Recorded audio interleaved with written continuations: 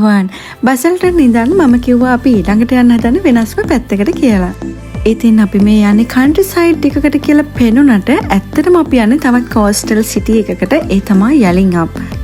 යලින්ගප් කියන්නේ බටහිර ඕස්ට්‍රේලියාවේ තියෙන තවත් ලස්සනම කෝස්ටල් ටවුන් එකක්. මේක සංචාරකයන් තවත් වැදගත් වෙන හේතුවක් තමයි මේකේ තියෙනවා ප්‍රධානම ගුහා වර්ග 4ක්.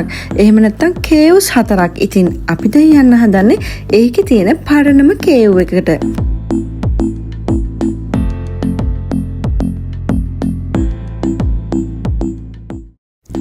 අපි දැන් ඉන්නේ නිල්ගි කේව් එකේ එන්ට්‍රන්ස් එකේ. ලංකාවේ ඉන්න අපිට ගුහා ගල්ලෙන් කියන අලුත් දේවල් නෙමෙයි.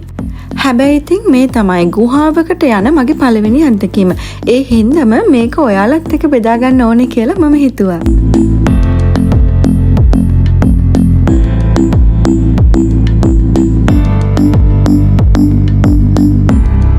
එන්ට්‍රන්ස් එකේදීම අපි මේ බලන්න යන දේ ගැන හොඳ දැනුමක් ලබා ගන්න අපිට පුළුවන්. ඒ වෙනුවෙන් එයාලා විවිධ ස්ට්‍රක්චර්ස් හදලා තිබුණා. මෙන්න මේ ස්ට්‍රක්චර් එකේ තියෙන්නේ මේ ක්‍රීම් පාටින් දැක්වෙන ප්‍රදේශය. අපි බලන්න යන ගුහාව ඇතුළුව තවත් ගුහා වර්ග 100කට අධික ප්‍රමාණයක් මේ ප්‍රදේශය පුරාටම විහිදලා තියෙනවා කියලා. හැබැයි අපිට බලන්න යන්න පුළුවන් වෙන ගුහා වර්ග 5ක් විතරයි.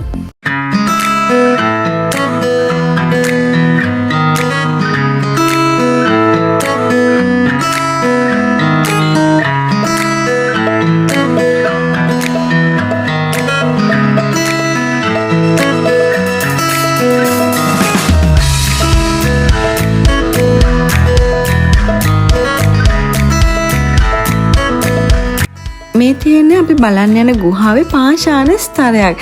ඉතින් ඔයාලට පේන ඇති වතුර කොහොමද මේ පාෂාණ ස්තරය හරහා ගමන් කරන්න කියලා. ඉතින් එහෙනම් ඔයාලා දන්නවා දැන් අපි බලන්න යන්නේ මොන වගේ ගුහාවක්ද කියලා.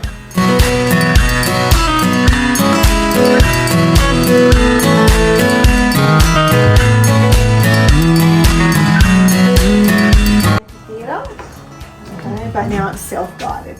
Okay, so to the left when you go down is the amphitheatre, to the right is the main chamber. Okay. So going down here, it's narrow and steep, so mind your head and mind your step, okay? Sure. All right, and when you get down to the main chamber, it does a big loop around, and then you come up the same way that you went in. Okay. All right, so inside the main chamber is a guide as well. They can answer any questions if you have any. Sure. And all the formations take about 100 years to grow 1 centimetre.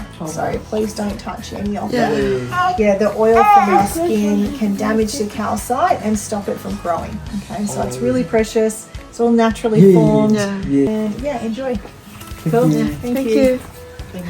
ඔන්න ඉතින් අපි ගුහාවට ඇතුල් වෙන්න යන්නේ. පැය දෙකමාරක ගමනක් පොළව ඇතුළට.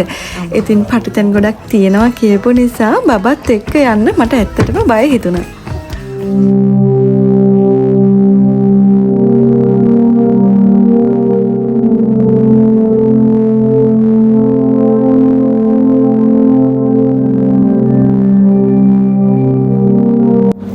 නිල්ගි කේව්ස් කියන්නේ හුණුගල් වලින් හැදුණු ගුහාවක්. ඉතින් මේක ඇතුළට යනකොටම අපිට දැනෙනවා පොළව ඇතුළට නේද මේ අපි යන්නේ කියලා. ඒ කියන්නේ හරිම නිශ්ශබ්ද ගැඹුරු ෆීලින් එකක් තමයි මුලින්ම මට නම් දැනුනේ.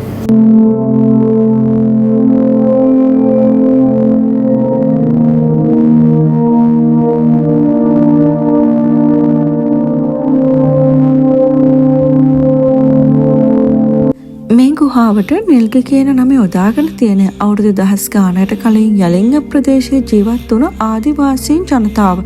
එහෙම නැත්නම් වෝඩන්ඩි නූන්ගඩ් ජනතාව විසින්.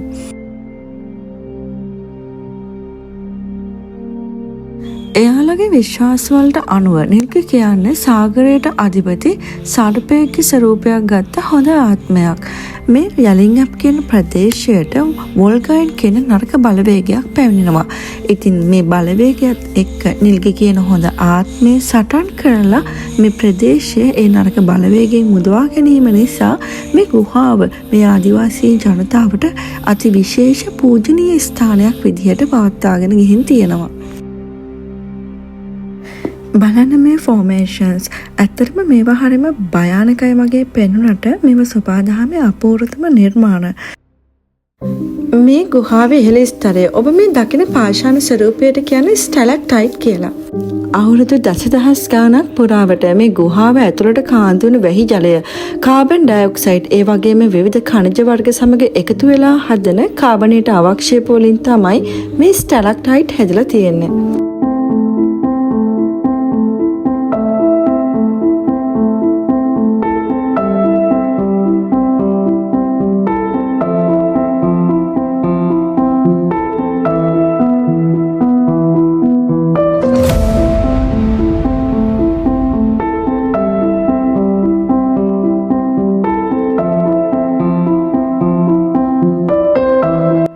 ඒවගේම මේ ඉහළ ස්තරයෙන් වැටෙන කුඩා ජල බිඳු පහළ ස්තරයේ තියෙන කැල්සයිට් පස් කන්දකට එකතු වෙලා ටිකින් ටික ගොඩනැගිලා තමයි මේ ස්ටැලග්මයිට් හැදලා තියෙන්නේ. ඒ නිසා ගොඩක් වෙලාවට මේ ස්ටැලක්ටයිට් ඒ වගේම ස්ටැලග්මයිට් යුගල වශයෙන් දැක ගන්න පුළුවන්.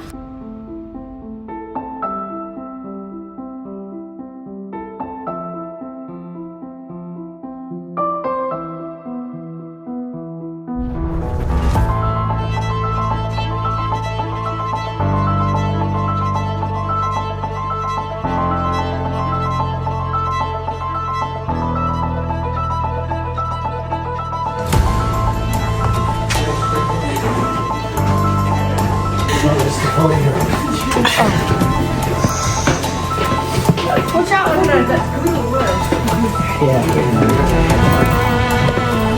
Yeah. Thank you.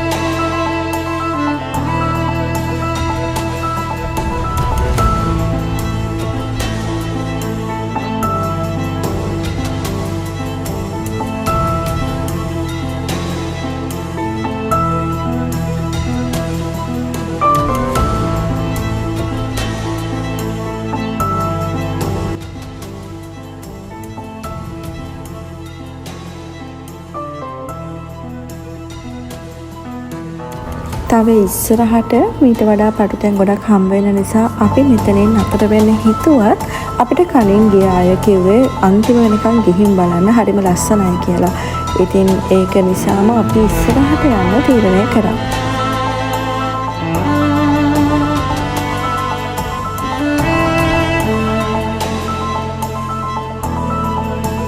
චූටි ලියාවත් අරගෙන මේ වගේ පටු මාර්ගයක යනවා කියන එක ඉතින් ඇත්තටම ගොඩක් අමාරු වැඩක්. ඉතින් ඒත් අඬන්න පටන් අරන් තිබුණා මගේ අතට එන්න ඕනේ කියලා. හැබැයි ඉතින් මට යව ගන්න පුළුවන් කමක් නම් තිබුණේ නැහැ.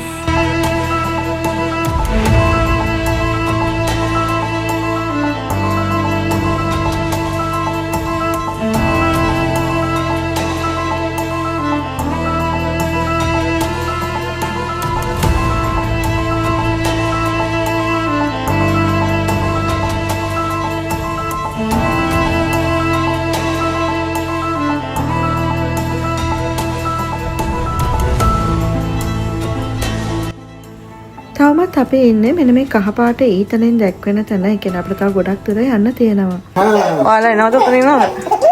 මෙහෙම එන්න පුළුවන්ද? එළියට? ඔව් මං හිතන්නේ.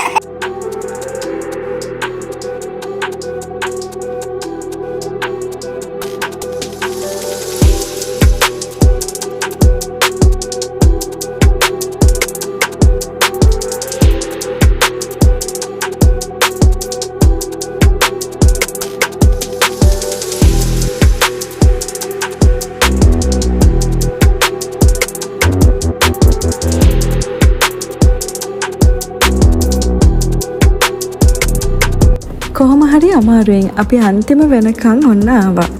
ඉතින් ඔයාලට පේනව නේද මේ ඉහළින් එල්ලෙන ස්ටැලග්මයිට් සහ පහළින් තියෙන ස්ටැලග්මයිට් එකට එකතු වෙලා ෆෝමේෂන්ස් හදලා තියෙනවා. මේ ෆෝමේෂන්ස් වලට කියන්නේ කොලම් කියලා. ඉතින් මේ කොලම් වල කාලයක් තිස්සේ එකතු වෙන ඇල්ගේ විශේෂයන් නිසා මේ ලයිට් එලි වලට ඒව කොළ පැහැයෙන් දිස්සනවා. ඈතින් පේන මේ කුටිවල තියෙන කේව් ට්‍රෙපරීස්.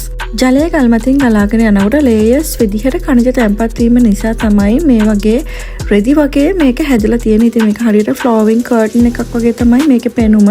මේ වගේ ෆෝමේෂන් එකක් හැදෙන්න අවුරුදු මිලියන ගණන් ගත වෙනවා කියලා තමයි අපිට දැනගන්න ලැබුණේ.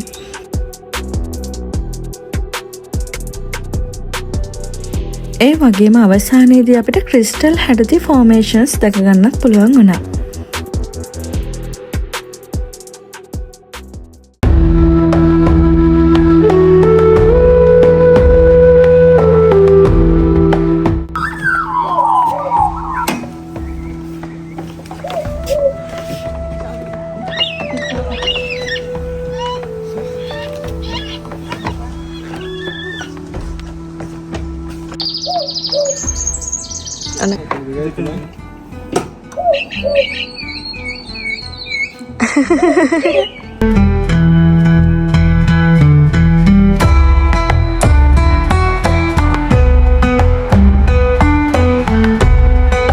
ඊළඟට අපි පිටත් වුණේ කේප් නැචරලිස් ලයිට් හවුස් එක බලන්න. ඒ යන අතරමඟදී තමයි අපිට මේ යාළුවෝ ටිකත් මුණ ගැහුනේ.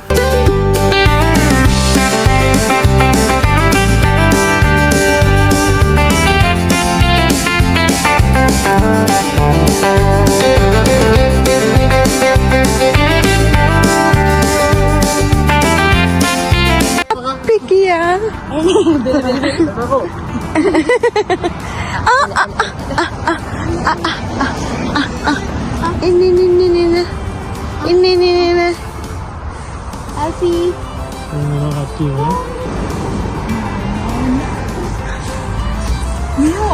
soft. soft. ලස්සනයි ගොල්ලෝ. පණිවිඩ දැන.